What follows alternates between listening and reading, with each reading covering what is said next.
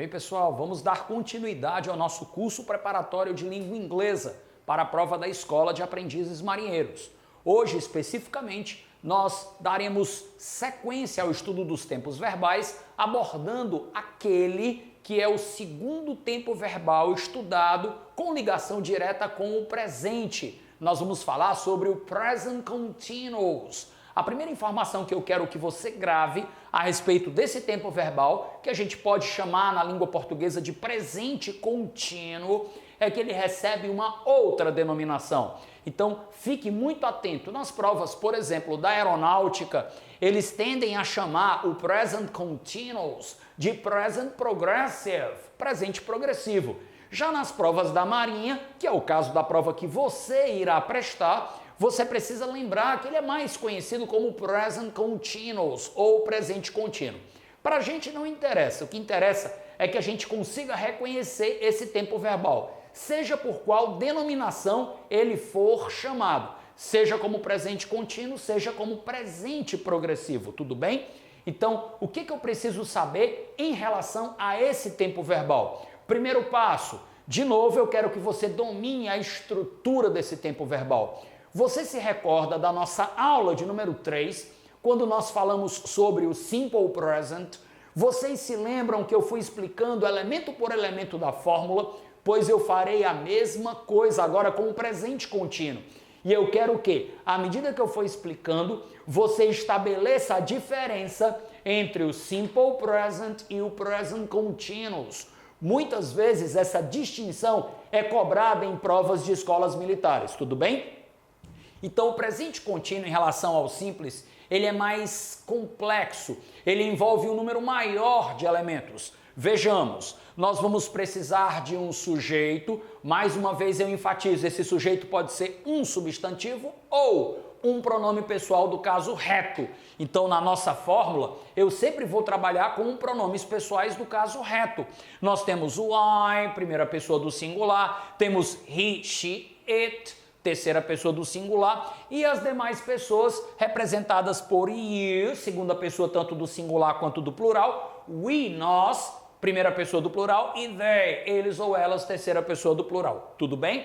Então, da mesma forma que no presente simples, eu vou começar a oração trabalhando com um sujeito, pela enésima vez, representado ou por um substantivo ou por um pronome pessoal do caso reto. Depois, olha a novidade, algo que não existia no presente simples, eu vou recorrer ao chamado verbo to be, o verbo mais importante do cenário da língua inglesa, o verbo ser ou estar. Esse verbo, no presente, ele tem 3 conjugações. Quais são elas? A forma am, que é exclusiva para a primeira pessoa do singular, I am. A forma is, que pertence à terceira pessoa do singular, então eu vou dizer he is, she is ou it is. E are para as demais pessoas. E quando eu me refiro às demais pessoas, eu estou fazendo alusão a esses 3 pronomes, you, we e they. Então, se o sujeito da oração for I, eu vou trabalhar com a forma do verbo to be am. Se for he, she, it, eu vou trabalhar com is. E as demais formas, desculpa, os demais pronomes, eles vão exigir que a gente trabalhe com a forma are. Tudo bem? Então eu vou precisar do verbo to be na montagem desse tempo verbal que nós chamamos de presente contínuo ou presente progressivo. E o próximo passo? Bom, aí vem a parte mais importante. O presente contínuo ou progressivo, ele é utilizado em geral, daqui a pouco estudaremos as aplicações, para indicar ações que estão acontecendo, ou seja, ações contínuas, ou ainda ações que estão em progresso, em andamento. Então, se faz necessário utilizar o verbo principal acrescido do ing. Por que o ing, Daniel? Porque o ing corresponde ao NDO da língua portuguesa. É aquele sufixo que, uma vez agregado ao verbo, transmite a ideia de que a ação está em andamento, ela está acontecendo. Deu para entender? Propositalmente, foi intencional, eu usei o mesmo verbo que eu utilizei como ponto de partida lá no presente simples, na aula 3. Eu usei o verbo trabalhar, work, e a ele eu serei obrigado a acrescentar o sufixo ing. Só puxando pela sua memória, quando a gente trabalha com o presente simples, ou a gente usa o verbo na sua forma normal, ou a gente acrescenta o s na terceira pessoa do singular. Porém, nesse presente ou nessa modalidade de presente que nós estamos estudando agora, contínuo ou progressivo, você não vai acrescentar o s. Também não vai deixar o verbo sem nada. Você vai adicionar a ele a terminação ing. Não esqueça de anotar aí no seu PDF. Puxa uma setinha e coloque o ing corresponde ao nosso NDO, para que você possa automaticamente traduzir o verbo da seguinte maneira: work, trabalhar, working, trabalhando, ok? Depois você tem o resto da sentença. Dentro desse resto da sentença, você pode trabalhar com um complemento qualquer, ou você pode acabar encontrando um um advérbio ou uma expressão adverbial que denote a ideia de que a ação está acontecendo agora. E aí você tem now, você tem right now, você tem at this moment, ou seja, agora, nesse exato momento, neste momento, ok? Então essas palavras ou expressões, elas são utilizadas com a finalidade de mostrar que a ação está acontecendo agora, nesse exato momento. Perfeito? Podemos seguir em frente? Depois de conhecer a estrutura do presente contínuo, também chamado de presente progressivo, chegou a hora de nós entendermos as aplicações desse tempo verbal. Vou logo adiantando que o presente contínuo ele é mais fácil do que o presente simples em termos de aplicação, porque só existem duas. O presente simples, a gente precisou estudar 3 aplicações. No presente contínuo, ou eu vou fazer uso desse tempo verbal para indicar ações que estão acontecendo paralelas à fala, ou seja, ao mesmo tempo em que eu estou conversando com vocês, várias ações estão acontecendo no mundo afora. Se eu quiser descrever estas ações, eu vou precisar usar o presente contínuo ou progressivo. Lembrando que o outro presente, o simples, estudado na aula 3, denota ações que ocorrem com, ainda lembra qual é a palavra-chave que eu pedi para você gravar? Frequência. Então, quando eu falar do presente contínuo ou progressivo, esqueça a ideia de frequência. Essas ações não necessariamente ocorrem com frequência. A única coisa que eu posso afirmar, sem medo de errar sobre essas ações, é que elas estão acontecendo, paralelamente à fala, ou seja, no exato momento em que eu estou falando, as ações estão acontecendo. Por isso que eu disse, em termos de definição, que o presente contínuo descreve ações que estão acontecendo agora, são ações contínuas, são ações em andamento ou em progresso, perfeito? Então eu trouxe 2 exemplos, vamos imaginar que enquanto eu estou dando aula para vocês, um garotinho está lavando os pratos na pia. Aí eu digo, he is washing the dishes. Ele está lavando os pratos. Enquanto eu estou conversando com vocês, essa ação está acontecendo paralelamente à minha fala. Deu para entender? Essa ação está em andamento. Daí ser chamado de presente contínuo ou progressivo. Outro exemplo, they are brushing their teeth. Se enquanto eu estou dando aula para vocês, imaginem que as crianças estão escovando os seus dentes. They are brushing. Perceberam a composição do presente contínuo? Olha só, sujeito da oração, no primeiro caso he, terceira pessoa do singular, verbo to be conjugado adequadamente, por isso que eu adotei a forma is, e o verbo principal, que é o verbo wash, acrescido do ing, para transmitir a ideia de que ele está lavando. O mesmo raciocínio é encontrado no segundo exemplo, sujeito da oração, eles ou elas. Agora eu precisei trabalhar com a forma do verbo to be are. Qualquer dúvida, consulta aquela tabelinha que traz a estrutura do presente contínuo. E o verbo brush, que é o verbo escovar, tanto pode ser os dentes quanto o cabelo, tá? Eu vou acrescentar ing. They are brushing. Eles estão escovando. Olha a terminação NDO, Perfeito? Então, a primeira aplicação do presente contínuo é exatamente a base desse tempo verbal. Descrever ações que estão em andamento.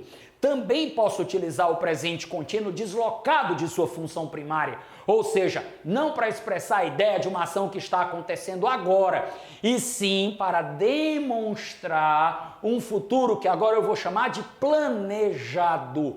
Reparem que também no presente simples, mais uma vez aula 3, eu usei aquele tempo verbal para descrever um futuro programado. Agora eu falo de um futuro planejado, ou seja, é um futuro que está muito próximo de acontecer. Eu já tenho inclusive arranjos, planejamentos realizados. Então, notem que na língua portuguesa a gente faz a mesmíssima coisa. Quando a gente diz, eu estou embarcando para o Rio de Janeiro amanhã de manhã. Peraí, eu estou embarcando deveria ser quando? Agora. Mas o amanhã de manhã na linha do tempo está tão próximo a mim que eu me dou ao luxo de usar o presente contínuo para representar uma ação futura.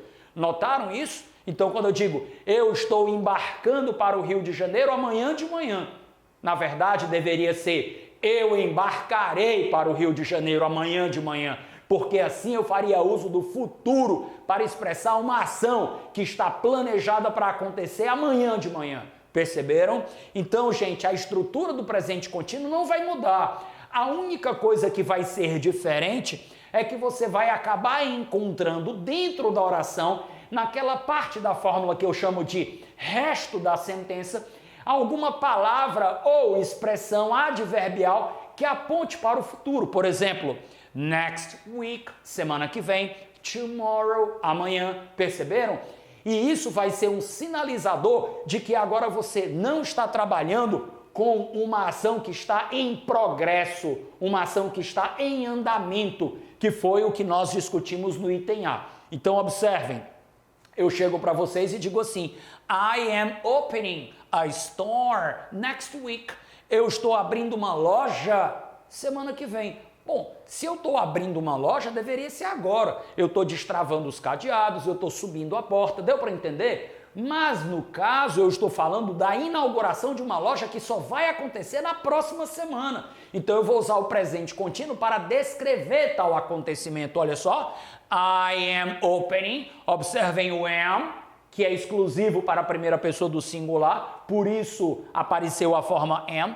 I am opening, olha o acréscimo do ing, a store, uma loja, e aí a expressão que indica futuro, next week, semana que vem. Outro exemplo, we are leaving tomorrow. Nós estamos partindo amanhã. Ou seja, está tão próximo que eu uso o presente contínuo para descrever uma ação futura. Ficou claro? De novo, nós temos aqui o sujeito. Olha só o uso da forma do verbo to be adequada para esse sujeito, que é a forma are, e o verbo principal, mais uma vez acrescido do ing, sem deixar de destacar o advérbio de tempo amanhã, tomorrow, que sinaliza, que indica que a ação ainda vai acontecer. Tudo bem? Então, essa seria a aplicação oficial do presente contínuo e a segunda seria uma aplicação deslocada de sua função primária. Perfeito? Beleza. Vocês se recordam na aula 3, de novo, vou fazer alusão ao presente simples, que nós tínhamos regras ortográficas para o acréscimo do S? Pois bem, também teremos regras ortográficas um pouquinho mais complexas para o acréscimo do ing. Em outras palavras, na maioria dos casos, a gente vai simplesmente pegar o verbo e acrescentar o ing. Foi o que nós fizemos, por exemplo, com o verbo work, que se transformou em working. Perfeito? Porém, existem determinadas situações onde providências deverão ser tomadas para que você tenha autorização para colocar o ing no verbo com o qual você está trabalhando. Então acompanhem, são 5 regrinhas, tá? Algumas são bem simples, outras exigem, digamos, um cuidado especial da sua parte. Então vamos lá, primeira regrinha, quando você estiver trabalhando com verbos terminados em E, então nós temos em inglês vários verbos com a terminação E, por exemplo, o verbo criar, to create, o verbo celebrar, to celebrate, o verbo preparar, to prepare, o verbo dançar, to dance. Eu escolhi trazer o verbo to choose, que é o verbo escolher. Então, se eu quiser acrescentar o ing ao verbo choose, o verbo escolher, olha o que eu vou ter que fazer. Eu vou eliminar o e e acrescentar o ing. Eu não posso manter, eu não tenho como preservar o e na estrutura original do verbo. Ele será suprimido, ele será retirado e o ing será acrescido ao verbo. Por isso, observe, choosing seria a forma a ser empregada no presente contínuo, se você estiver trabalhando com esse verbo. Ficou claro? Do mesmo modo, eu terei dancing, creating, ok? Sempre com a remoção do e e o acréscimo do ing. Essa regrinha é bem tranquila, concordam? Agora, cuidado com a segunda. Verbos terminados em ie. Notem, esses verbos vão terminar em e. Só que agora eu peço que você fique atento, porque antes do e tem um i. Então, eles vão se comportar de uma forma diferente da regra de número 1. Então, vamos lá. Lembrando que a regra geral é simplesmente o acréscimo do ing. Verbos terminados em ie, eu vou trocar o i por um y e somente depois de feita essa substituição é que eu posso acrescentar o ing. O verbo mais comum cobrado nesse tipo de situação é o verbo morrer, o verbo to die. Olha como é que fica se eu quiser dizer o homem está morrendo. The man is dying. Observem, eu tirei o i, coloquei o y e só então adicionei o ing. Então eu peço que você, por favor, não confunda a regra número 1 com a regra número 2. Posso passar para 3? A regra número 3 diz respeito a verbos que têm a terminação ic. Não são muitos os verbos. Eu me lembro de cabeça de 2. O verbo to mimic, que é o verbo imitar, e o verbo to panic, que nem tradução tem para a língua portuguesa, tá? A gente tende a traduzir esse verbo como entrar em pânico, na ausência de uma tradução perfeita para esse verbo na língua portuguesa, to panic. Então, verbos terminados em ic, olha só o que eu vou fazer. Eu vou acrescentar antes do ing a letrinha K. Eu só posso agregar o ing a esses verbos se antes eu puder inserir a letra K. Então, olha como é que fica o verbo to panic, panicking. Perceberam? Ó, K-I-N-G. Detalhe, esse K nem sequer fazia parte da estrutura original do verbo. Ele apareceu entre aspas, como num passe de mágica. Por isso a importância de você memorizar essa possibilidade de regrinha, tá? Agora eu vou para a famosa regra do CVC. Daniel, o que é CVC? Eu esqueci. CVC é quando o verbo apresenta a terminação consoante, vogal, consoante. Quando as três últimas letrinhas do verbo forem, respectivamente, uma consoante, depois uma vogal e no fim uma consoante, você vai precisar prestar atenção na seguinte situação. Se o verbo for monossílabo, ou seja, se ele for constituído por uma única sílaba, ei Daniel, como é que eu faço para quantificar o número de sílabas em inglês? É fácil, eu vou te dar um bizu para você nunca mais esquecer. Você pronuncia o verbo e você presta atenção no número de sons de vogal que esse verbo emite ao ser pronunciado. Por exemplo, o verbo parar em inglês. Pronunciem esse verbo para mim. Pronunciaram? Stop.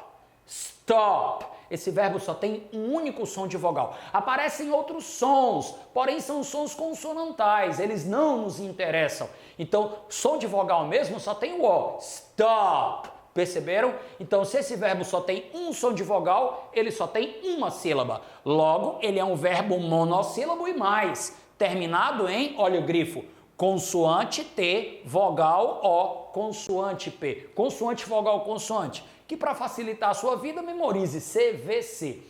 Pois bem, se o verbo apresentar uma única sílaba e a terminação CVC, você automaticamente duplicará a consoante final antes do acréscimo do ing. O que significa isso na prática? Que você vai dobrar a última letrinha. Por exemplo, stop, parar. Se eu quiser dizer o ônibus está parando, the bus is stopping. Olha só, stopping. Por que eu trabalhei com dois P's?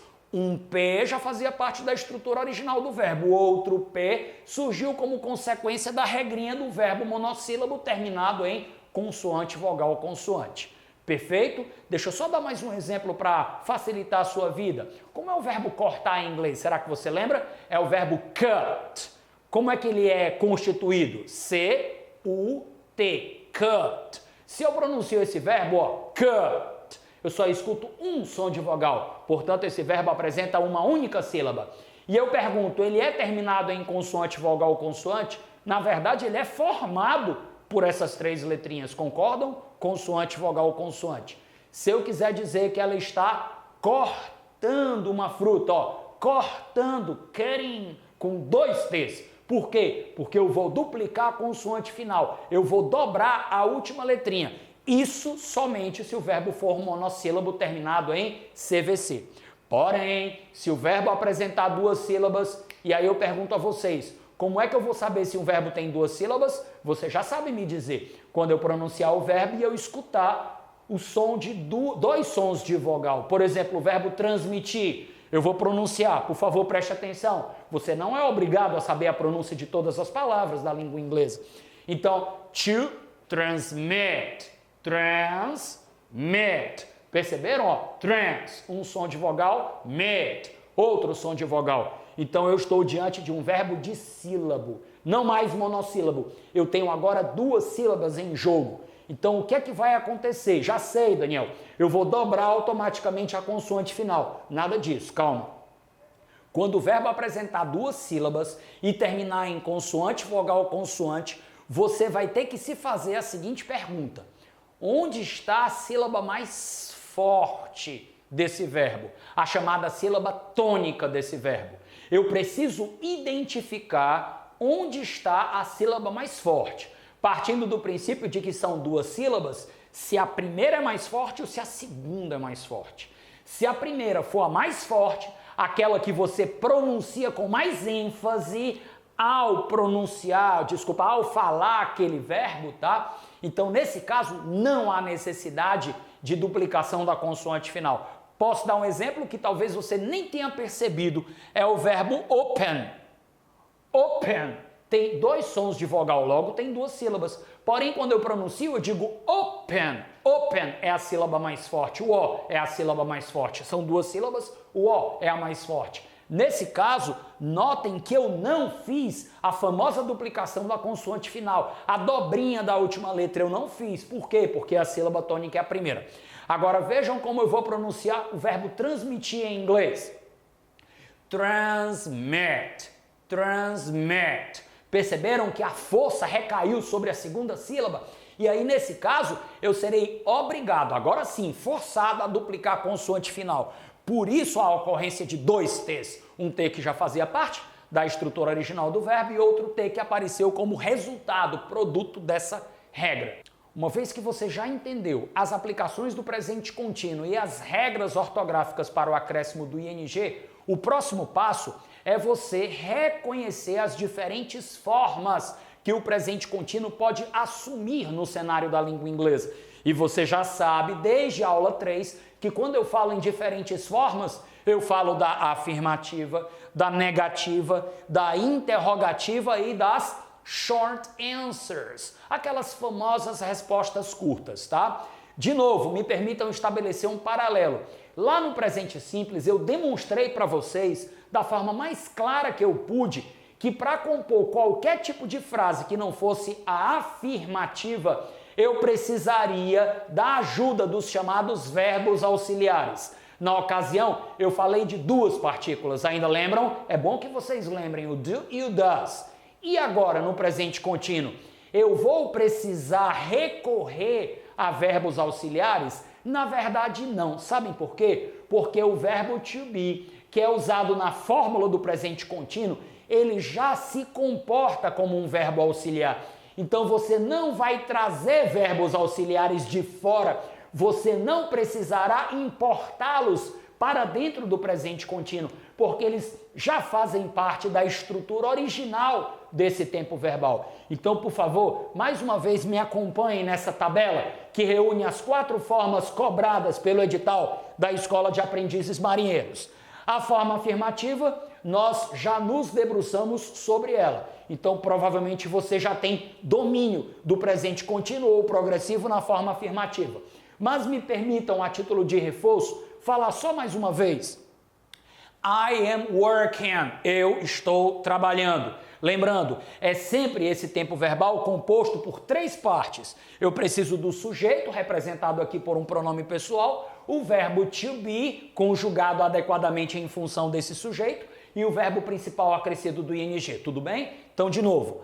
I am working. Eu estou trabalhando. You are working. Você está trabalhando. He is working. Ele está trabalhando. She is working. Ela está trabalhando. It is working. Lembrando que pode ser um animal ou um objeto. Is working. Está trabalhando. We are working. Nós estamos trabalhando. You are working. Vocês. Lembrem da diferença. Segunda pessoa do singular, segunda pessoa do plural. Vocês estão trabalhando. They are working. Eles ou elas estão trabalhando. Forma afirmativa completa, então provavelmente você não sente mais nenhuma dificuldade. Agora, repare a forma negativa. Você se lembra que lá no presente simples, e eu estou constantemente fazendo você, e lá na aula 3, no presente simples, porque a gente vai precisar resolver questões onde nós precisamos distinguir o presente simples do contínuo. Então, lá no presente simples, eu usava ou don't ou does not. Ou seja, eu puxava de fora verbos auxiliares e acrescentava a eles a partícula not. Aqui o procedimento é bem mais simples, porque como o to be se comporta como verbo auxiliar, eu vou simplesmente agregar ao verbo auxiliar, no caso o to be, a partícula not. Então, olha na negativa, I am not working. Lembrando que não existe a possibilidade de você contrair o am com o not.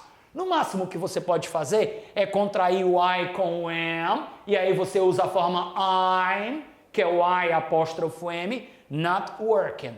A partir do you, você já tem a possibilidade de contração aberta. Então, ó, you are not working. Você não está trabalhando. He is not working. Ele não está trabalhando. She is not working. Ela não está trabalhando. It is not working. Ele ou ela, animal ou coisa, não está trabalhando. We are not working. Nós não estamos trabalhando. You are not working. Vocês não estão trabalhando. They are not working. Eles não estão trabalhando. E aí eu vou para a forma interrogativa. Qual é o procedimento padrão em qualquer tipo de sentença interrogativa? Aprendemos isso na aula 3. Puxa o verbo auxiliar para o começo da frase, apenas para sinalizar que se trata de uma sentença interrogativa, de modo que a gente já sabe desde o princípio da oração que nós temos que ler com a entonação correta. Então, olha só, vejam que a forma afirmativa é I am working. E na interrogativa, olha só, eu vou trocar de posição os 2 primeiros elementos, isso é muito fácil. Então, am I working? Eu estou trabalhando. Are you working? Você está trabalhando. Is he working? Ele está trabalhando. Is she working? Ela está trabalhando. Is it working? Ele ou ela, animal ou coisa, trabalhando. Are we working? Nós estamos trabalhando. Are you working? Vocês estão trabalhando. Are they working? Daniel, mas é muito fácil, cara. É só trocar de posição, verbo auxiliar com o sujeito. O que eu posso dizer para vocês? É só isso mesmo. É só fazer essa rápida inversão que já está resolvido o problema.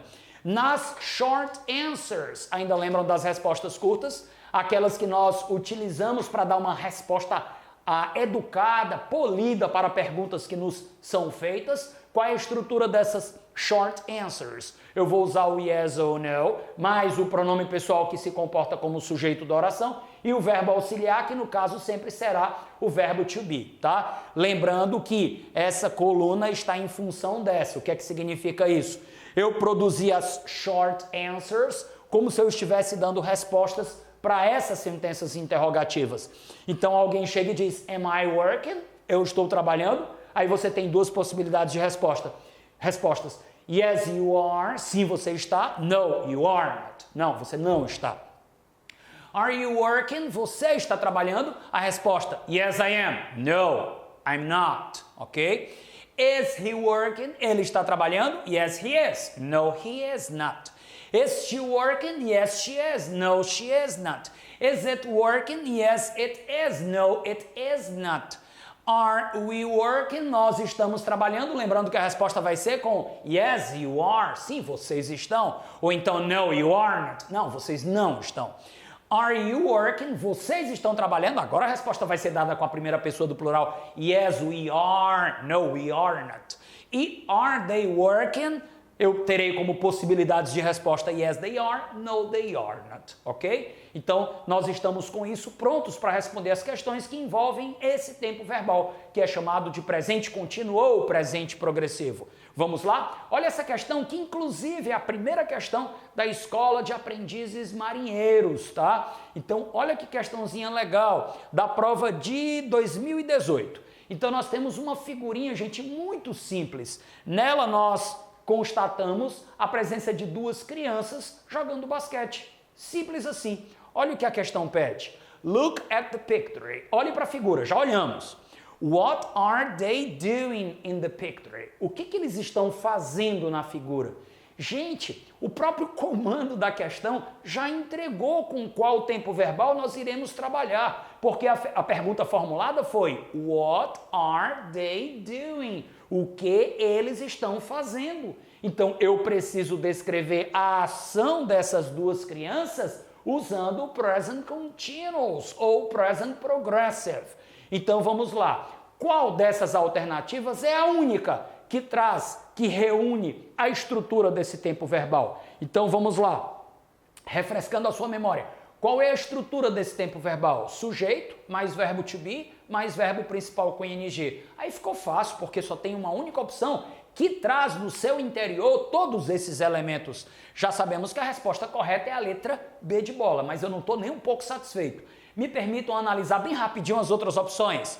The children play basketball every day. As crianças jogam basquete todo dia. Vamos lá? Que tempo verbal é esse? Não é a resposta correta. Eu quero apenas a classificação com base no que nós estudamos até agora. Então você deve dizer, Daniel, every day, todo dia. É uma ação que ocorre com frequência, logo é simple present. Muito bem, é isso mesmo.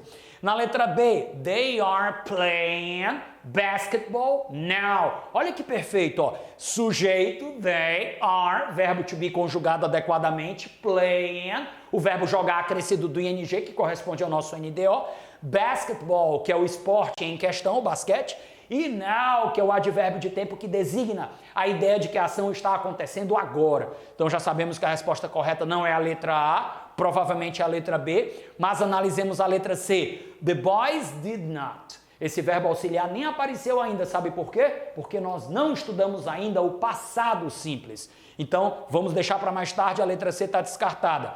Na letra D, vocês conseguem perceber que, de novo, eu tenho o presente simples sendo utilizado. They never play basketball together. Eles nunca jogam basquete juntos. Então, never é um advérbio de frequência e todo advérbio de frequência aponta na direção do simple present. Já elimino a letra D e no item E eu tenho won't, que remete ao futuro, assunto ainda das nossas próximas aulas. Elimino a letra E e marco como resposta correta a letra B. Por favor, você não pode perder uma questão como essa, se aparecer esse ano na sua prova da Escola de Aprendizes Marinheiros. Agora vejam essa questão do ITA, de 1990. Escolha a alternativa que completa corretamente a sentença enunciada. I know that Paul, tracinho, in the garden at this moment. O que te chama a atenção nesse fragmento colocado no enunciado da questão?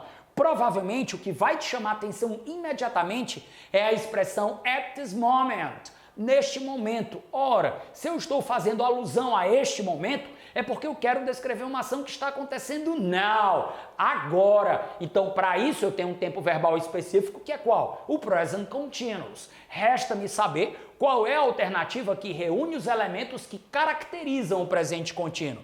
Vamos lá. Has worked. Fazem parte esses dois verbos de um outro tempo que a gente ainda não estudou, que é o present perfect. Então, eu elimino o item A. Is working. Opa, perfeito, ó. Is working. O is conjugado corretamente, porque Paul pode ser trocado pelo pronome da terceira pessoa do singular he, ok? E working acrescido do ing. Já sei que a resposta correta é a letra B, mas me permitam analisar as outras alternativas. Works com S no final é presente simples, só que nós não estamos trabalhando com a ideia de frequência. Was working é um tempo verbal chamado past continuous, que nem sequer faz parte do edital da prova da Escola de Aprendizes Marinheiros. E na letra E nós temos o present perfect continuous, outro tempo verbal que não consta do edital dessa prova, tá? Então, resposta correta, portanto, letra B de bola. Eu concordo, vocês devem concordar comigo que as questões que envolvem o presente contínuo são relativamente acessíveis. Vamos para a questão de número 3, da EA de 2018, olha só. The words is making, underlined in the text, form a verb in the. Então, as palavras is making, morreu a questão para mim, acabou, não tem mais nada o que fazer. Sublinhadas no texto, e aí ele transcreve um fragmento textual, ó. The economic crisis is making the Brazilian consumer, ok? Elas formam, essas duas palavrinhas juntas, elas formam um verbo em que tempo? E aí nós temos 4 opções: simple past, future tense, simple present e present progressive. Propositalmente eu coloquei essa questão para mostrar que as provas da aeronáutica, lembram dessa observação que eu fiz? Essa ressalva importante, que o presente contínuo também pode ser chamado de presente progressivo? Então vamos lá, bem rapidinho. Nas provas da aeronáutica eles chamam de presente progressivo. Nas provas da marinha eles chamam de presente contínuo. Não me perguntem por que eles fazem isso, porque eu não tenho resposta.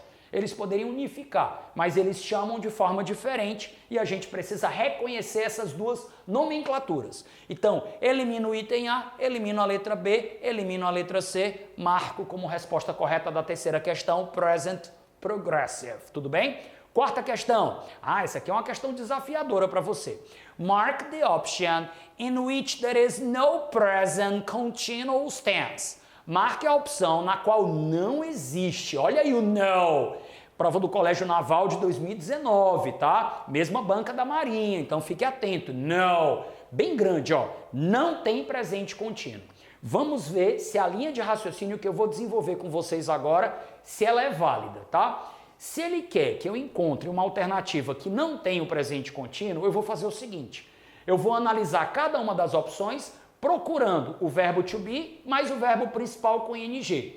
Na opção em que eu não encontrar esses dois elementos reunidos, eu vou constatar, eu vou concluir que não existe lá o presente contínuo. Tudo bem? Quando eles aparecerem é presente contínuo, eu descarto. Quando eles não aparecerem não é presente contínuo, aí eu assinalo como sendo a opção verdadeira. Tudo bem? Então vamos lá, no item A, procura para mim. Você consegue achar o verbo to be mais o verbo principal com ing? Consigo sim, Daniel. Mais precisamente na segunda linha. Olha só, eu tenho is e tenho doing. Pronto, é tudo que eu preciso. O is e o doing. Posso dizer que então o item A está no presente contínuo? Pode, Daniel. Então eu vou descartar essa alternativa. Lembrem-se do comando da questão. Ele quer a que não tem presente contínuo. Agora procura para mim o verbo to be mais o verbo principal com ing na letra B. Você vai morrer de procurar e não vai encontrar. Sabe por quê? Porque não tem. Ele até usa o verbo principal com ing. Cadê? Bem aqui, ó.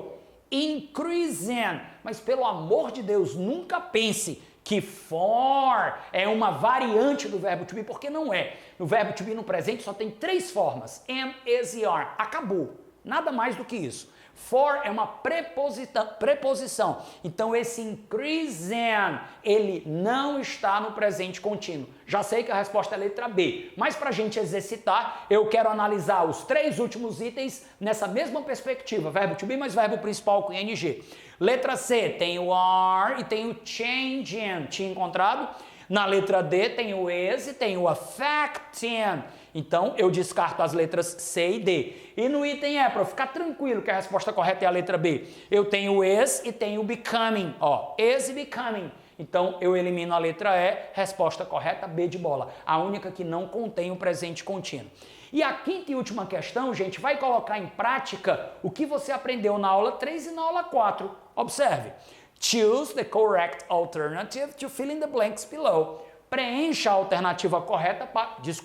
Escolha a alternativa correta para preencher agora sim as lacunas abaixo. Eu tenho 2 lacunas. Observem, por favor, as duas lacunas.